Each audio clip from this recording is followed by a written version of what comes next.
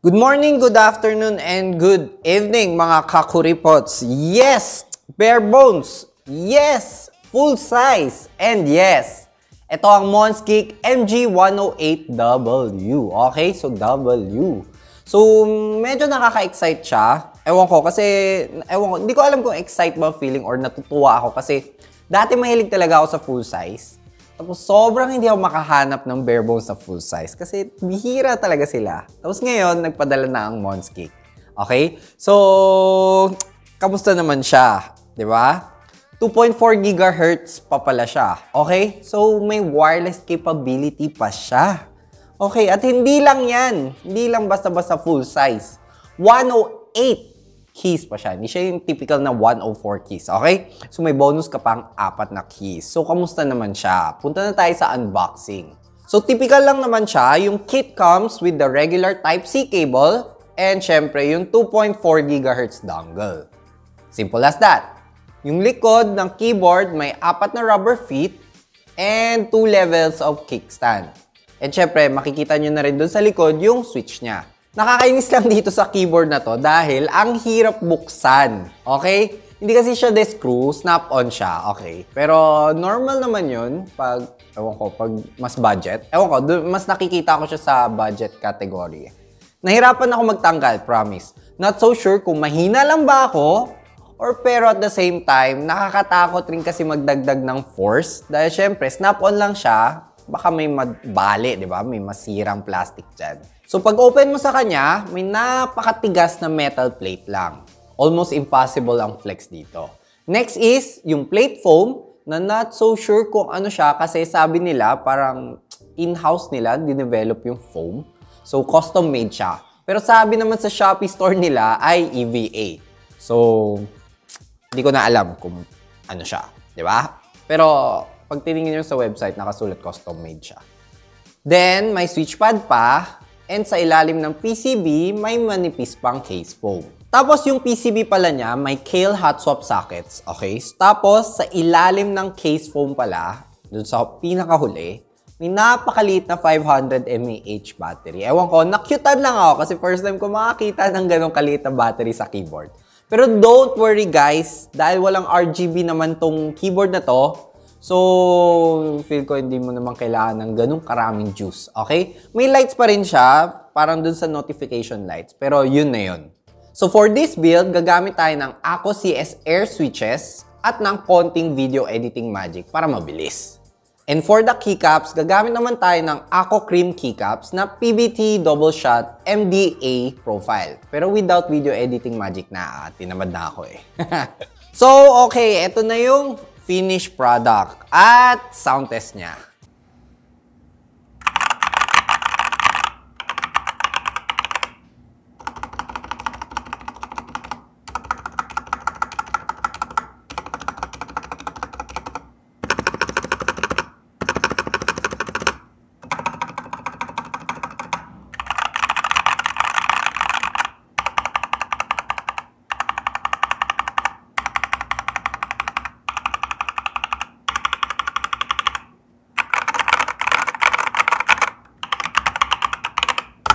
So, ang kinalabasan na sound, hindi ko ganun ka-trip. Ayun. So, honest tayo dito, okay? So, hindi ko ganun ka-trip.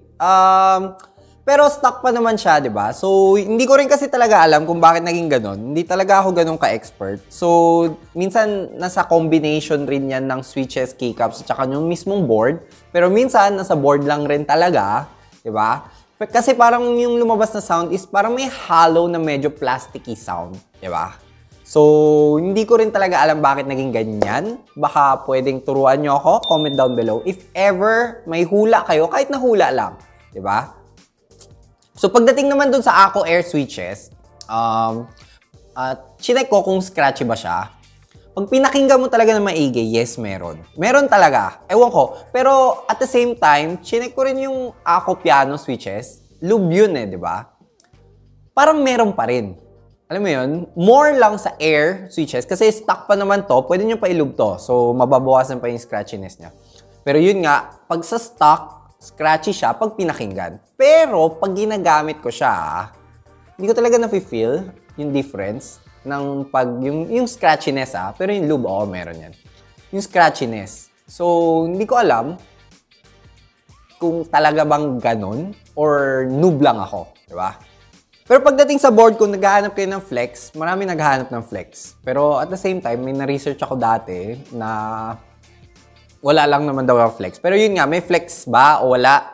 Wala. Tulad ng sinabi ko, napakatigas ng plate. Okay? Matigas yung plate niya.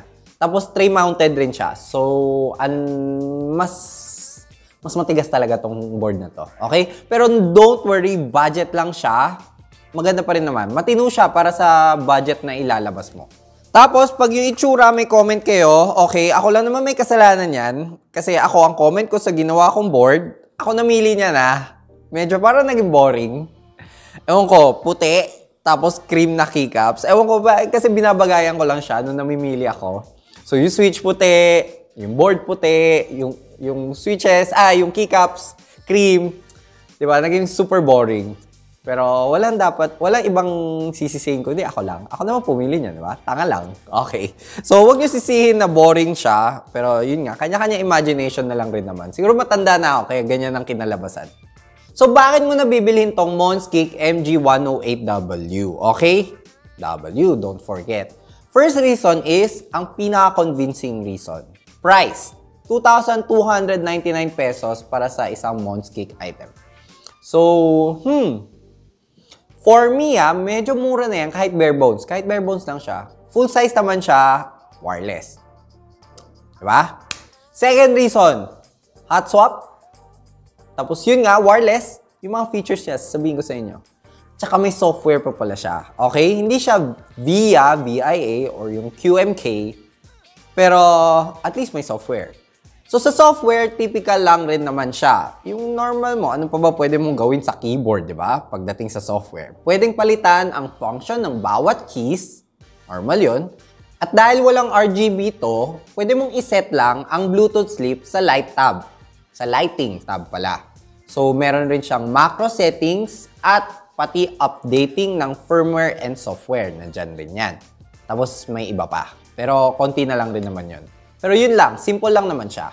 And ako, third reason na nakita ko sa kanya ay yung bonus na 4 keys. Yung pagiging 108 keys niya. Ewan ko, ako yun Ginagamit ko talaga yung di ba kung usual kayo, viewer dito, alam nyo na mahilig ako sa knob. Okay? Which is yung pang-control ng volume at saka mute, di ba? So dito, imbis na knob, ginawa nilang extra 4 keys. Nandyan yung volume up, volume down, at saka yung mute. Tapos may bonus ka pang calculator na button. O, di ba? Ewan ko. Sa akin, enough reason yun. So if ever mahilig kayo sa full-size keyboard, hindi ko nakikita yung rason kung bakit hindi nyo ito magugustuhan. Okay? So if ever gusto nyo bilhin, links will be at the description down below na lang. Okay? So, thank you again to Monskik for sending me their budget 108 keys, full-size mechanical keyboard na wireless. Okay? Ang MG108W. Okay? Parati ko nakakalimutan yung model number. Okay? So, like this video naman kung nakatulong ako sa pag-shopping nyo, and consider subscribing na lang to support the channel. So, huwag nyo kalimutan guys, pag naghahanap kayo ng mga custom mousepad, custom extended mousepad, check out nyo yung Level 1 PH. Both sa Lazada and sa Shopee meron yan. Okay? So, sige na. Let's do this again next time. Bye-bye!